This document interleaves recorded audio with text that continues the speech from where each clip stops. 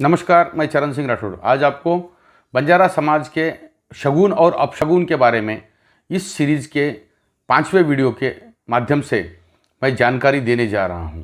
मित्रों, मैं आज एक ही बात बताना जा रहा हूं कि शगुन और अपशगुन बंजारा समाज में बहुत जगह पे माना जाता है और इसमें विशेषकर जिसे हम फॉक्स कहते हैं, जिसे हिंदी में जिसे हम लोमड़ी कहते हैं, उस लोमड़ी के शगुन और अपशगुन को बहुत ज़्यादा तरीके से मानते हैं।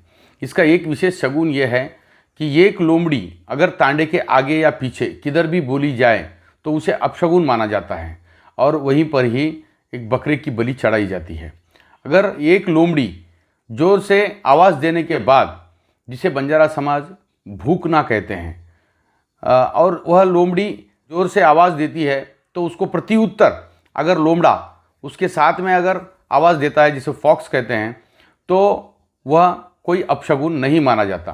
तो इसके पीछे साइंटिफिक रीज़न क्या है, इसको भी देखना ज़रूरी है। और इसके लिए प्राचीन काल से यही परंपरा चलती आ रही है कि एक लोमड़ी अगर ज़ोर से पुकारती है तो उसे अपशगुन माना जाता है और कोई तो भी बड़ा संकट तांडे के ऊपर या गांव के ऊपर आने वाला है, ऐसे संकेत अपशगुनों के माध्यम से मिलते हैं।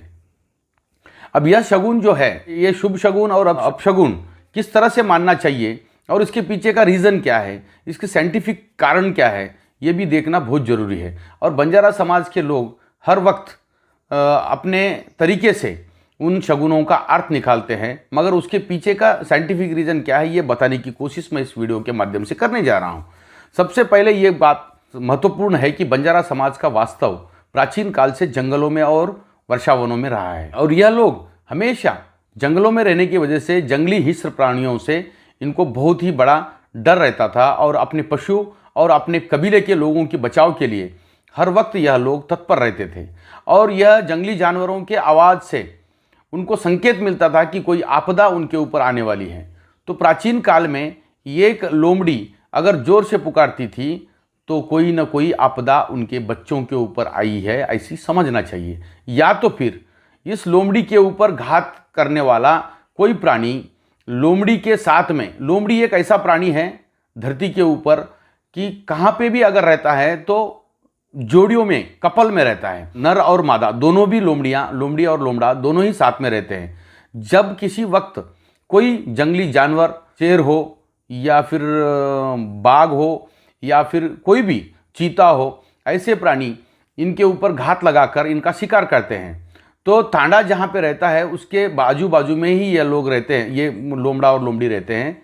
अगर लोमड़ा एक टीले के ऊपर रहता है और एक टीले के ऊपर लोमड़ी रहती है और लोमड़ी अपने बच्चों की रक्षा करते रहती है, अगर लोमड़ी के ऊपर कोई आपदा आई तो लोमड़ी जोर से पुकारती है। पुकारने के बाद अगर सामने से लोमड़ा अगर आवाज़ दिया तो समझ लेना चाहिए कि उनको कोई संकट नहीं है, वो ठीक है, उनके ऊपर कोई आपदा आने वाली नहीं है। मगर अकेली लोमड़ी अगर जोर से पुकारी, अगर लोमड़ा उसका प्रत्युत्तर नहीं दिया तो यह माना जाता है कि लोमड़ी के पति यानी लोमड़ी की हत्या किसी हिंस्र पशु ने की है।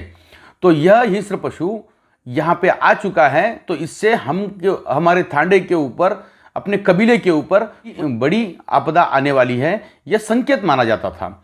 इसीलिए या तो फिर अगर लोमड़ी पुकारने के बाद लोमड़ा अगर आवाज़ देता है और तो इससे यह भी संकेत मिलता है कि वह दोनों भी महफूज है। अगर लोमड़ा अगर आवाज़ नहीं दिया तो कोई आपदा आई, ऐसा समझते थे और वह हिंस्र पशु उनको खाने के बाद यह तांडे के ऊपर, अपने जानवरों के ऊपर, अपने कबीले के ऊपर अटैक कर सकता है, इसका डर बना रहता था। इसीलिए उसी वक्त अगर अकेली लोमड़ी जोर से पुकारने के बाद, लोमड़ी जिसे कोला कहते हैं, जिसे बंजारा भाषा में साड़िया कहते हैं, साड़िया, ये साड़िया अगर जोर से पुकारता है, साड़ी अगर जोर से पुकारती है, अगर साड़िया उसको प्रत्युत्तर नहीं देता है तो वह अशुभ संकेत माना जाता है। उसी समय तांडे के सब लोग एक जगह पे आकर उसको बलि, एक बकरे की बलि देकर फेंक दिया जाता है तांडे के सामने।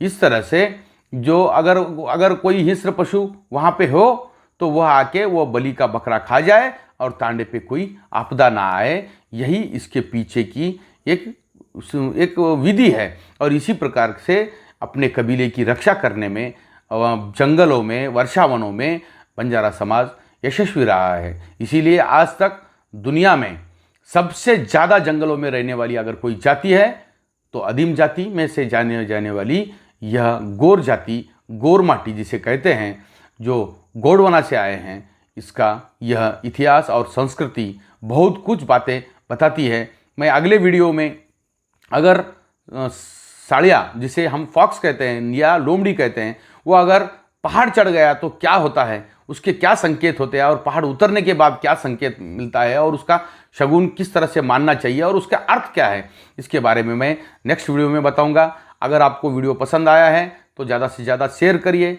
सभी लोगों को बताइए और अपने ग्रुप में शेयर करिए और इसको चैनल को सब्सक्राइब करना ना भूलिए। अगर आपको मेरे वीडियो पसंद आते हैं, इसके अंदर कोई खामियां हैं तो आप मुझे कमेंट बॉक्स में लिख सकते हैं और मेरा नंबर 9964000076 है। इस नंबर पर कॉल कर भी मुझे बात कर सकते हैं।